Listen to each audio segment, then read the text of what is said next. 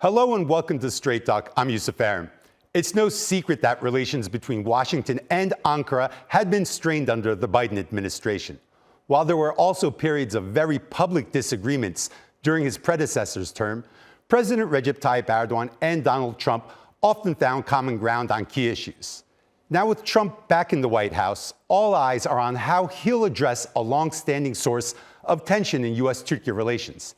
How will the U.S. handle FETO, the group behind the failed coup attempt on July 15, 2016? Last year, FETO suffered a significant blow with the death of its leader, Fetullah Gulen, who had been living in the U.S. for over 2 decades. Many prominent FETO members had openly criticized Trump and questioned his fitness for office. But with Trump's return to the White House, the group appears to be shifting its tone. Notably, former NBA player and prominent FETO member Enes Kanter attended Trump's election victory party at Mar-a-Lago. Kanter also has ties to several of Trump's cabinet picks, including Secretary of State Marco Rubio. The question now is whether this could be an opportunity for the U.S. government to finally address this persistent irritant in U.S.-Türkiye relations. For more, joining me now from Istanbul is Mehmet Çelik. He's the editorial coordinator at Daily Sabah. From Rome, Valeria Gianotta, from the Center for International Political Studies, and from Ankara, Ahmet Keser, a professor at Hasan Kalyoncu University. Ladies and gentlemen, thanks for joining me now. Very, very interesting issue, because I feel like when I talk with my American colleagues, this group FETO is something that they really can't understand, because there's really no equivalent to it, and they don't understand why this bothers the Turks so much, why it bothers the Turkish government so much. So I'm hoping that we can unpack all this with the three of you today. Now, Mehmet, I want to start with you. The death of the so-called leader of this group, Fetullah Gulen, very recently he died, and probably no one in Turkey shed a tear that he died. Where does that leave the group right now, especially their activities in the United States? Well, Yusuf, as you know, the group itself is not just a group as it has exposed or portrayed itself to the public, an educational institution or a group that supports the so-called educational activities. Now, this is a very big financial organization. So following the death of the cult leader, there is a lot of different groups that will be seeking to gain power over the activities of this group, particularly when it comes to financial activities. Having a say over millions and millions of dollars, it brings power to the membership. I think now there is this division between, be it the Europeans branch of this group or the United States, North America branch group of this group, or others elsewhere around the world. There is this rivalry that has emerged amongst themselves that will seek to gain power within the group so that they can have control over the other branches. And as I mentioned, financial activity is a big part of this. Of course, their presence in the United States is something that many have a difficulty in understanding. But this is where they have a majority of their command and control center, for the lack of a better word, where they are able to manage the network elsewhere around the world. The cult leader was previously residing there, and now he's declared dead a while ago.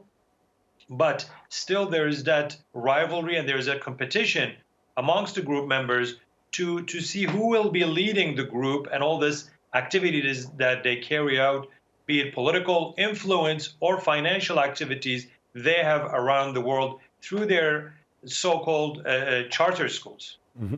Valeria, this is a group that you've been closely watching and observing now. Obviously, what they did on July 15, 2016 was an act of terror. Turkey has designated them as a terror group, but they also look very similar to a crime syndicate like the mafia. At the same time, they're this clandestine special interest group that does backdoor lobbying. They also seem to be very close, shoulder to shoulder with intelligence organizations. They're run like a multinational charter group holding company. How would you best explain this group to someone that has heard about them for the first time? Well, thank you, Yusuf, for this question. Definitely, there is a huge gap of knowledge overall in the West and in Europe about Fetullah Gulen. I mean, because some of the people related to the FETO organization are still pretty much active in Europe, are still pretty much active also in Italy.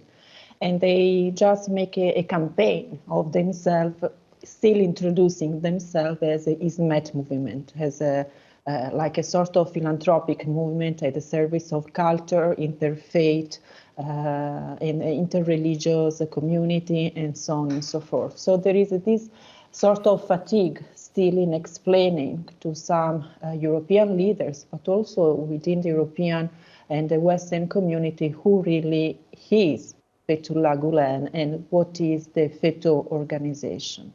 And definitely much is related also to the image of Turkey as one of the countries who is not so sympathetic to some European leaders in European countries. Therefore, anything has been targeted as an attempt by the Turkish government to shut down the movement because there is no respect for the human rights and international law.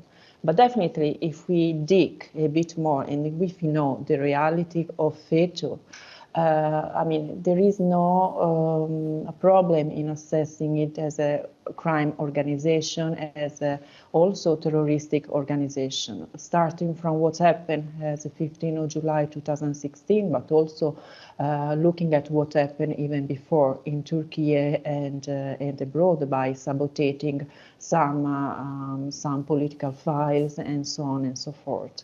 Definitely, as you mentioned, it resembles the mafia gang style, because nowadays also mafia has developed. It's not just related to street crimes, I would say, but is investing a lot in institutions, is investing a lot in corporations, and this makes a huge similarity with the Fetullah Gulen movement, or the so-called FETO terrorist organization. But definitely from the European point of view and also from the Italian point of view, since many of the components of the organization are still active and they are publicly campaigning and providing the image as they represent Turkey, it's quite difficult to restrict the margin of negative perception that they are making, campaigning all around, and to give real base information on their activities in terrorist organization. Mm-hmm.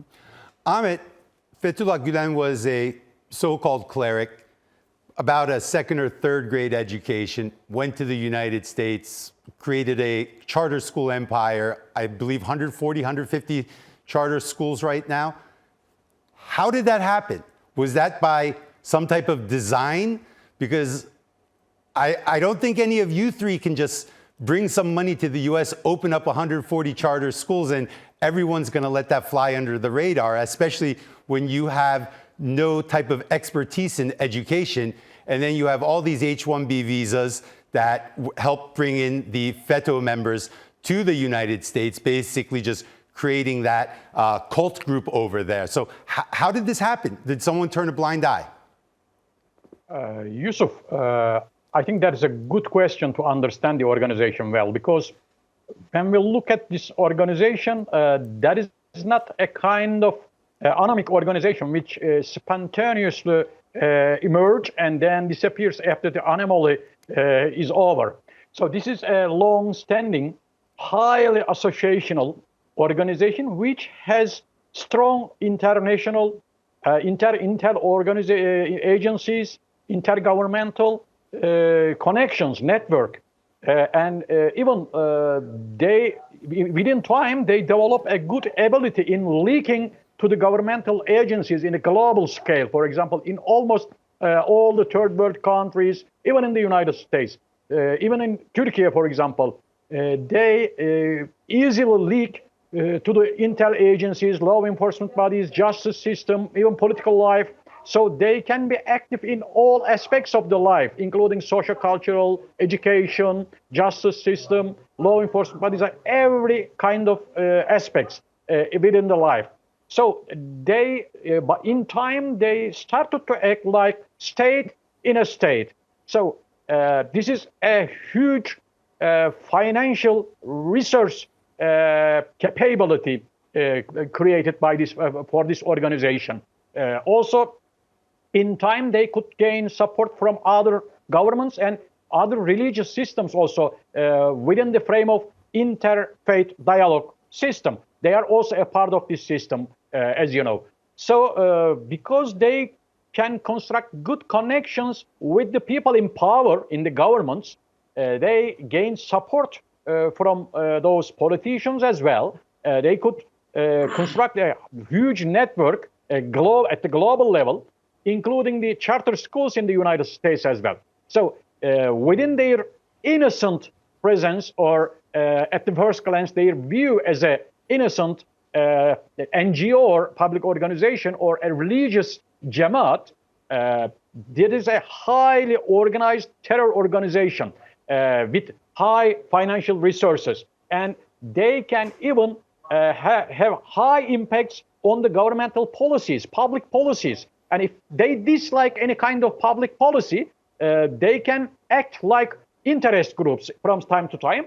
If they cannot succeed the progress within this frame, with this civilian type of democratic organizations, then they can change it into any kind of terrorist organizations. Or they can just attack to the people through media, just attack their fame, popularity, everything. So that's a kind of, maybe for the Western world, it is difficult to understand the organization structure, but because they use religion as a mask, so it is really difficult to attack or to bring some arguments to the organization's evolution as well. So that's why to understand this organization, there should be conducted a kind of deep analysis with every aspect. Mehmet, what Ahmet's describing sounds like an octopus, many tentacles, one education, one arm education, one arm finance, but one of those arms sounds quite political. Now, generally, when we look at these types of religious cults, they have an ideology, and that ideology will translate into some type of political position. But when we look at what they've done in Turkey in the past, they don't really have a political ideology. They just seem to be chasing power. In the United States, it seems to be that too. They don't really care, Democrat, Republican. They're chasing power. Would you agree with that statement?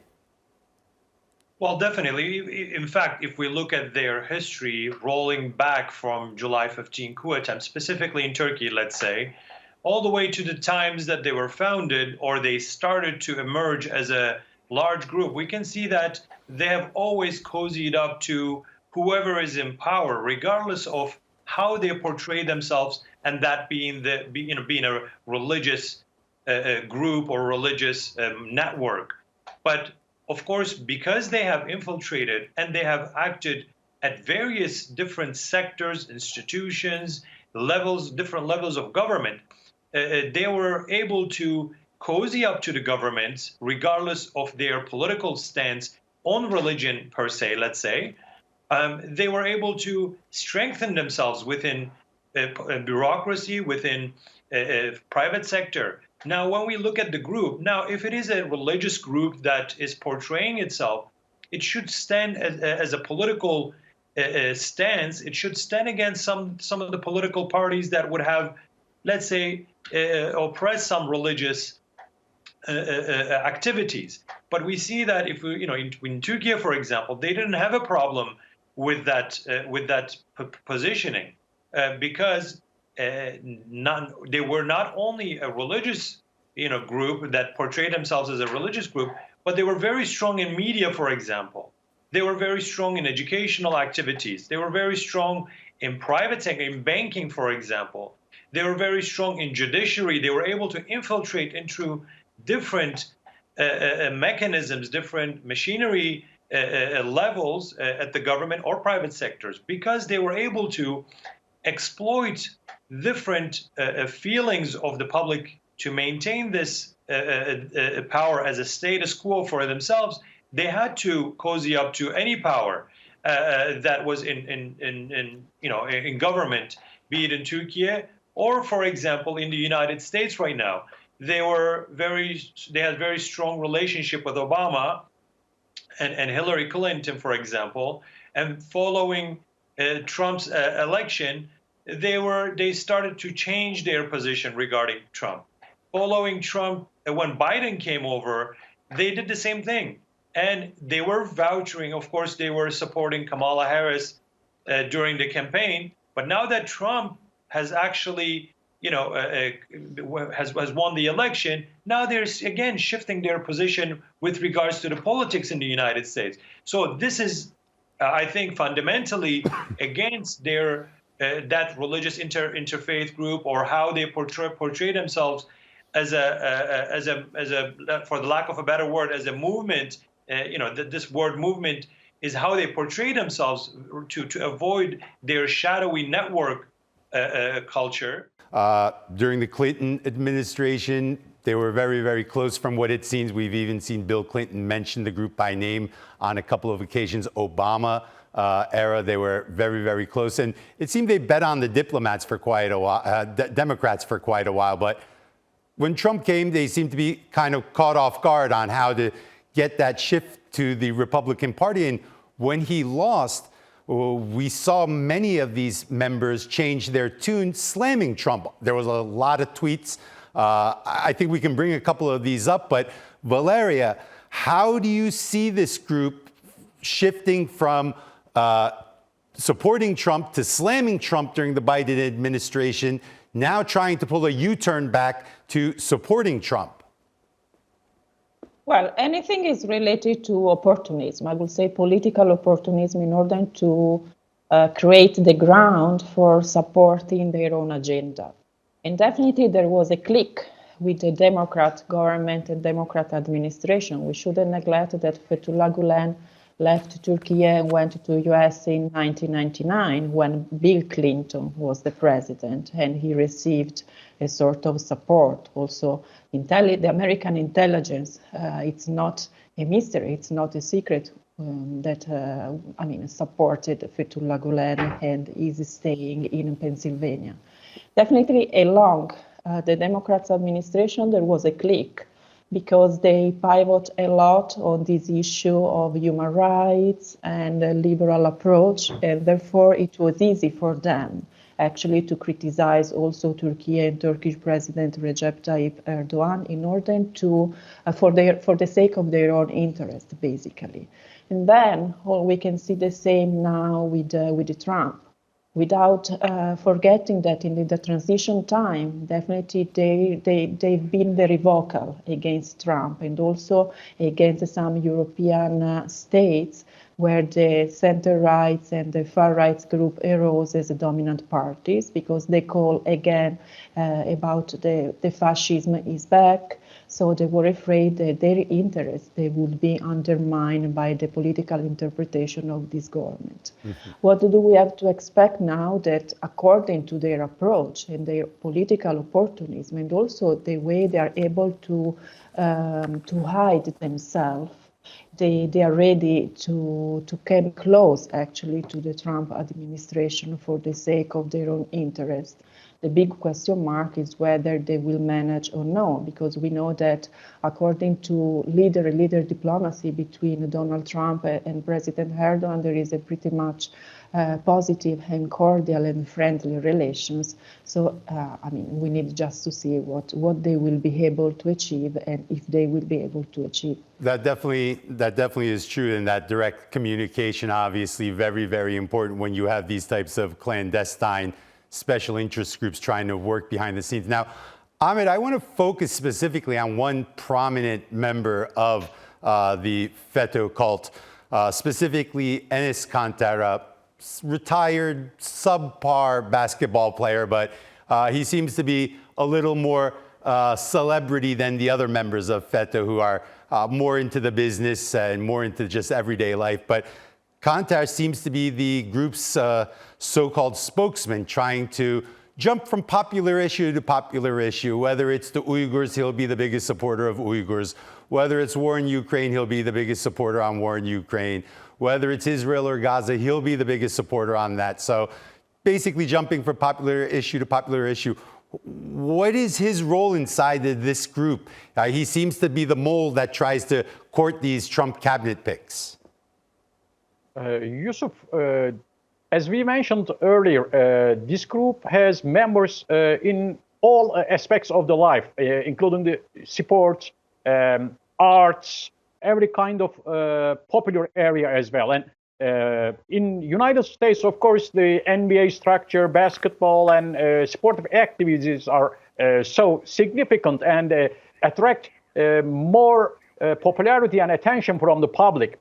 So Enes Kanter's position as being like a celebrity, which the words and discourse can reach a wider population through social media with sharings, advertisement, etc. So he is being used to reach a wider populace and sample groups to impact more people within this frame. And also these kind of groups can act either overtly or covertly, like NGOs, helping the needy people, helping democratic movements, defending humanitarian rights in elsewhere, etc. So even in the elections also, these kind of groups support normally, for example, both parties overtly or covertly by raising funds for, in the US case, for example, for Biden and also at the same time for Trump. For them, it doesn't matter whoever wins, because whoever wins, it means that they are winning, because they have already supported both parties. In this case, they just change the discourses afterwards. So that's why for these kind of organizations, using these kind of football players, for example, in Europe, or basketball players in the United States, that is a kind of easy tool to reach a wider audience. And to let them hear about the organization, to show their power, to collect more support for their activities, etc. It definitely is. I want to move on. Mehmet, very, very important question is, Enes Kanter being groomed to be the first member of this group to infiltrate U.S. politics, because that's exactly what they did for the past 30 years in Turkey. Is the blueprint being replicated in Turkey, in the United States, I should say? Well, Yusuf, as I mentioned, to maintain their network, they need to cozy up to power circles. So if politics is that, they will do that. If the business world is that, they will do that. Now, of course, they're very strong in terms of their lobby activities against Turkey. And I think figures like, the person you mentioned are very useful tools because they are popular, because they have this celebrity-like presence in the media or in the public eye, they're able to use that to infiltrate into politics. But with Trump administration, I think this is going to be a little rather difficult compared to Democrats or the Biden administration, let's say, because Trump administration, even if it has some members of the cabinet that could actually cozy up to the network itself, they're very transactional. They're not going to just have a blank check when it comes to the group activities, be it at their charter schools, be it their visa issues, let's say, some of the personnel that works in these schools, or be it the group activity as a whole, or their real estate, for example, present in the country. So I think during Trump time, it will be interesting to see how they are going to manage this, whether moves like infiltrating into politics with names like Enes Kanter will be easy or not. We will see that. But I think Trump's cabinet is very interesting, as they have a rather, of course, a very different position compared to Democrats. Even when it comes to Turkey, of course, they have a very strong differences when it comes to Turkey's position. But in this specific issue, they may not just let it go as the Biden administration did when it comes to the group activities. This, of course, doesn't mean that they will just follow suit with Turkey's demands and and concerns. But it may not be easy for the group to manage their relationship with the new administration at the White House. It's definitely going to be harder than it was under Biden. Mehmet, Valeria, Ahmet, thanks for joining me. We're out of time. I wish we had more to discuss this issue. Thanks. And that's all for this edition of Straight Talk with me, Yusuf Aram. If you got any comments, please share them with us on X at Straight Talk TRT. Also, don't forget to subscribe to our YouTube channel, where you can find more exclusive content. Until next time, take care and goodbye.